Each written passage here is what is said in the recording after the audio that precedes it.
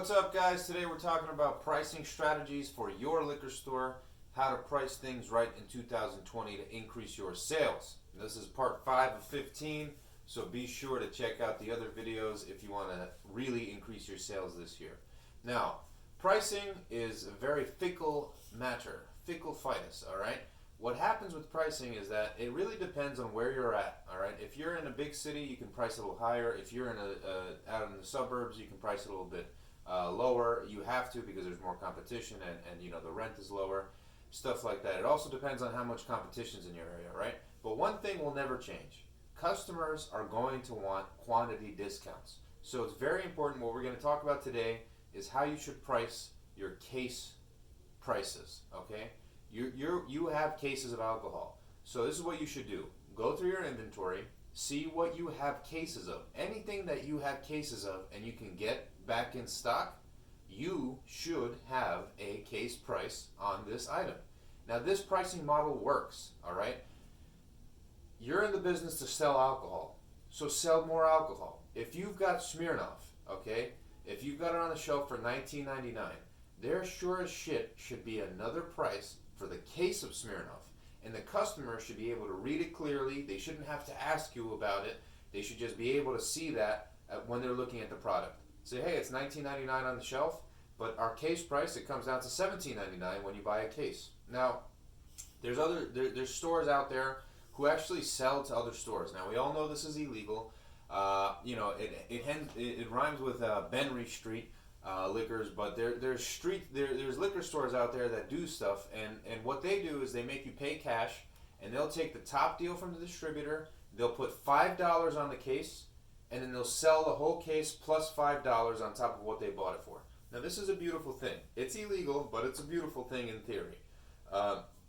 There's nothing stopping you from turning your inventory more often in the year. Okay, by having case prices, you're allowed to do that. Now, what I suggest for you to do is you don't have to do just $5 on a case, but do have a case price available.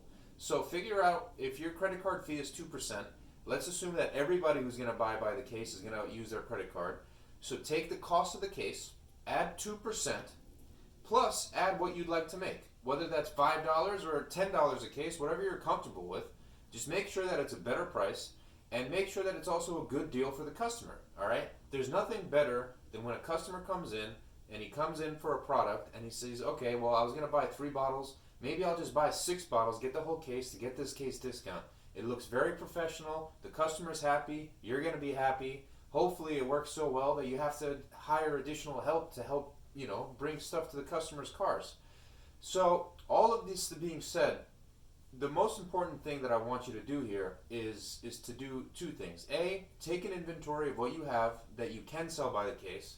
And B, just as important, put the pricing up. Don't keep it to yourself. Don't wait for anybody to ask. If you have a price tag that has the regular price, put a case price there too. Okay? Somewhere you've got to put a case price. So yeah.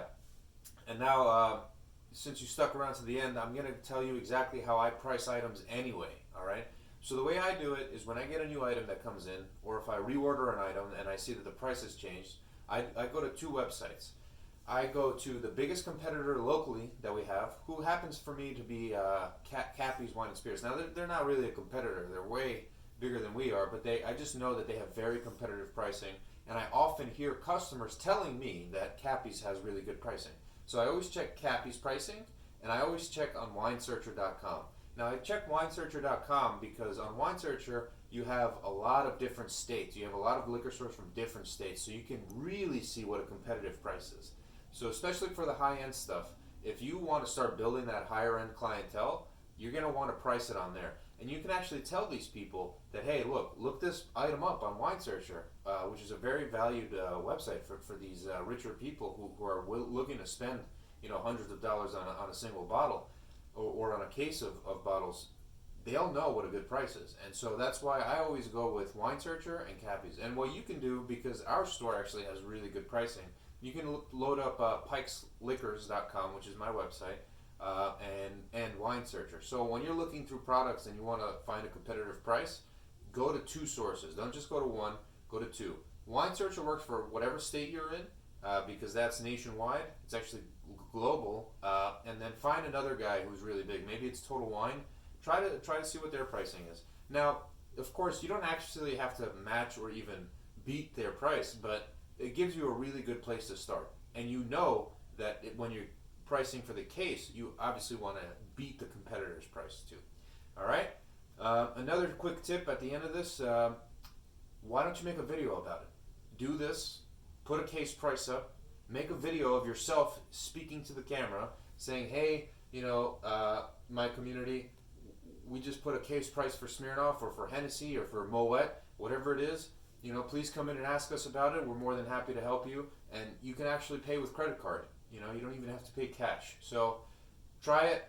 Let me know what you think in the comments below. Be sure to subscribe. Tomorrow we got another video coming out, how to increase your sales in 2020.